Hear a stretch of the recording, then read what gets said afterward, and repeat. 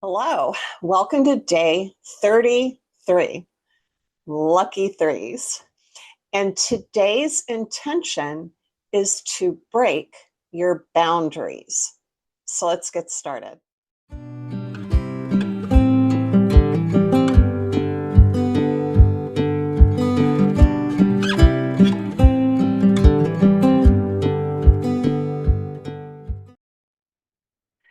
Hello, welcome to day 33 of our intentions instead of resolutions yoga. And today's intention is to break your boundaries. Now, what that will mean, hopefully, is that the little sphere or the little bubble that we've created for ourselves, we want to burst through that so we can be more aware of our world around us.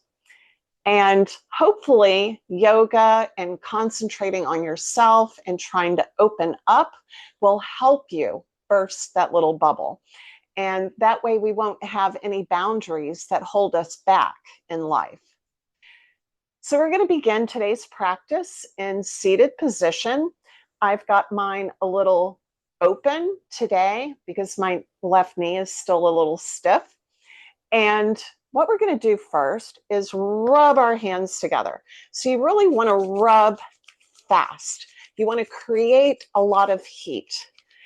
And the reason that we're going to do this is that we're going to place our warm hands on our heart and on our stomach, hopefully helping us to open our heart. And then we're going to close our eyes. Bow our head. You should feel really good stretch in the back of the neck. You should feel that warmth on your heart. We're going to take a couple of deep breaths, breathing in and out. Breathing in and out. Raise your head and open your eyes if you had your eyes shut like I did. It's very zen. Now we're going to do some side stretches, but we're going to first interlace our fingers and extend our arms out and then up. And then stretching to the right and then to the left. Then we're going to do a slight back bend. And then release our fingers, wiggle them as we go down. It should help with circulation. And now we're going to move to table position. And what we're going to do while we're here in table position is we're going to get some good stretches in our side a little bit more. So dig your feet, the top of your feet, into your mat and dig into your mat with your fingertips. And then we're going to stretch or bump our hips to the left and then move your head to where you're looking at your right foot. And we're going to hold this while we take a deep breath in and out. Then we're going to move slowly back to center, still digging into our mat with our fingertips and our feet. And then bump your right hip to the right and look at your left foot. And take a deep breath in and out. Now we're going to step our feet back and our hands forward, and we're going to curl our toes under and end in plank position. We're going to hold this for a count of 5. I'm going to count backwards. So 5, 4, 3, 2, 1, and then lower slowly to the mat. Have your feet where the tops of your feet are flat against the mat, your hands right next to your rib cage, and we're going to breathe in as we rise up to a baby cobra. And down. Breathe out, then breathe in. As we go back to a baby cobra, keep your shoulders away from your ears. Breathe out as you lower. Now try to wrap your shoulder blades around so that they're reaching towards one another as we breathe in for a baby cobra once again. And breathe out. Now we're going to curl our toes under, go up to plank, and then to our down dog. Once you're in down dog, step it out a little bit. Try reaching for the mat with your heels. They may not get all the way there. That's fine. Mine almost get there. Age has a lot to do with the fact that they're not there. Now, we're going to lift our left leg and then bring it forward into a low lunge. Now, while we're in this low lunge, we want to look forward. Again, imagine that you're looking past that little bubble that you've built around you. Then we're going to place our right hand flat on the mat next to that left foot and raise our left arm up to the sky. Twist. Then lower. Now we're going to shift to where we're flat on that right foot. Our left leg is still bent. Our right toes will be facing to the opposite corner in the room. And we're going to cartwheel up to warrior two. Now you might want to spread your legs out just a little bit to get a little more space.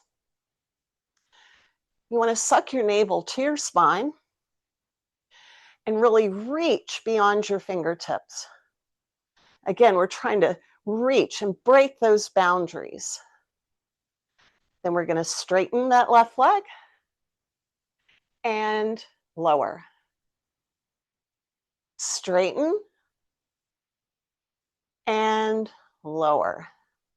So 2 more times. Straighten and lower. And 1 last time. Straighten and lower. Now we're going to take our hands to our waist and we're going to bring that left foot so that it is facing forward along with our right. So we're in a wide-legged stance. Now with our hands on our hips or on our waist, we're going to hinge at our hips as we go down into a wide-legged forward fold. But we're going to stop halfway with flat back and then continue all the way down. Place your left hand on the mat and raise your right hand up to the sky. Try your best to look at that hand. You may not have the range of motion in your neck to be able to do that. That's quite all right. It's the intention of looking towards that hand that's reaching to the sky. Then lower that right hand, replace the left hand with the right, and do the same thing on the other side. Lift that left hand up to the sky. Try your best to look in the same direction. Then we're going to lower. Now we're going to put our hands back at our waist and rise up. Now make sure this motion is coming from center. So you want to engage the abdominal wall and imagine that your abdominal wall is what's guiding you up to a standing position. Now we're going to shift to warrior two on the other side. So turn your right foot out. Your left foot just needs to shift a tiny little bit. Bend into that right knee. Reach out. Again, as far as you can. Imagine you're trying to reach past the walls in the room that you're in. Then we're going to cartwheel to a low lunge. Place the left hand next to the right foot and reach towards the sky with your right hand. Then we're going to lower that right hand, step that right foot back. We're back to a plank pose. So we're going to hold this for 5, 4, 3, 2, 1, and lower to your belly. Hands in line with your rib cage. Rise up for baby cobra and lower. Again, rise up to baby cobra and lower. And rise up and lower. Now this time we're going to push up, but we're going to push up to a half plank. So we're not going to have our toes curled under. And we're going to do this so that we can crisscross our feet and then guide our body back. Now with my stiff knee, that's going to be a little tough.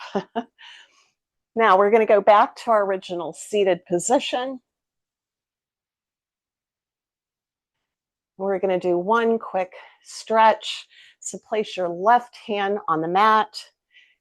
Raise your right hand up towards the sky and lean over. Now you can have your hand closer so that we're just going this far, or you can place your hand out really far and go down onto your elbow. Then rising back up, place the left hand or the right hand on the mat, lifting our left hand up to the sky and lower to our elbow as we lean over. And coming back up, we're going to end this practice on our backs. And since my buddy is there, I'm going to lay this direction. Now we want to have our feet flexed. We're going to reach forward with our hands in a prayer position and lower slowly.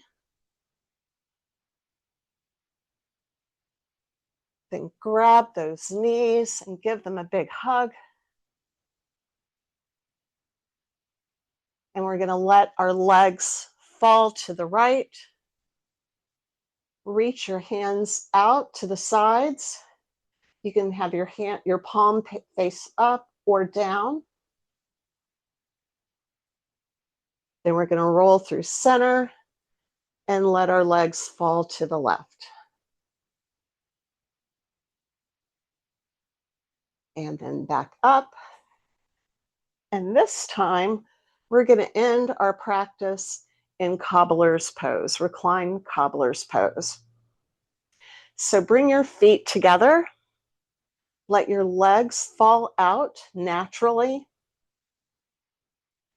And you could actually take the heel of your hand and rub down your thighs to help loosen any tight muscles that you might feel after holding that warrior two.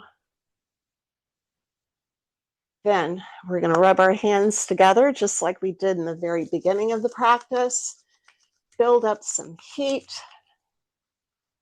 and place your left hand on your heart and your right hand on your stomach.